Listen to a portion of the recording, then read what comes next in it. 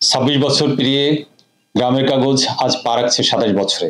শুভ এই ক্ষণে আমাদের অগণিত পাঠক, গ্রাহক, বিজ্ঞাপনদাতা ও শুভানুধ্যায়ীকে জানাচ্ছি প্রাণ ঢালা শুভেচ্ছা। সেই সাথে শুভেচ্ছা জানাচ্ছি আমাদের লাখ লাখ দর্শক এবং পাঠককে, যারা আমাদের অনলাইন প্ল্যাটফর্মের সাথে দেশ বিদেশ থেকে যুক্ত রয়েছেন। 1999 সালের 26 মার্চ আমাদের মহান স্বাধীনতা দিবসে জন্ম নিয়েছিল গ্রামের কাগজ।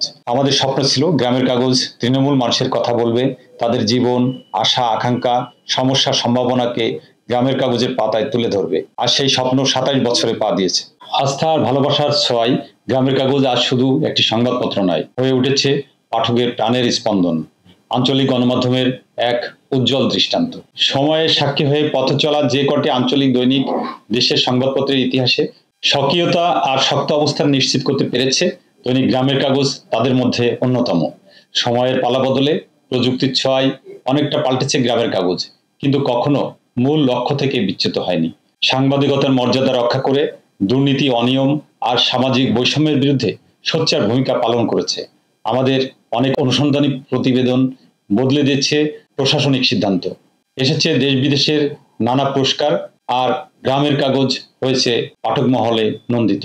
কথা স্বীকার করতেই হবে যে পাঠকের ভালোবাসা আর সহযোগিতার কারণেই গ্রামের কাগজের আজকের এই অবস্থান।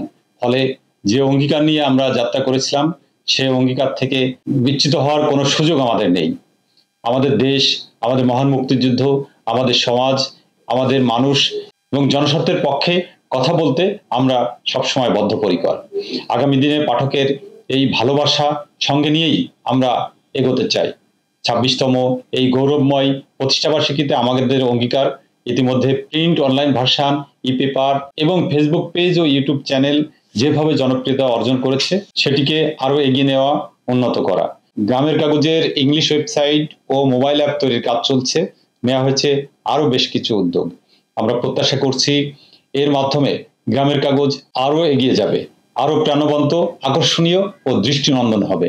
নতুন দিনে আমাদের সে চেষ্টায় বরাবরের মতো আপনারা আমাদের সাথে থাকবেন, সহযোগিতা করবেন, সাহস যোগাবেন এবং পরামর্শ দেবেন, এই প্রত্যাশা করছি।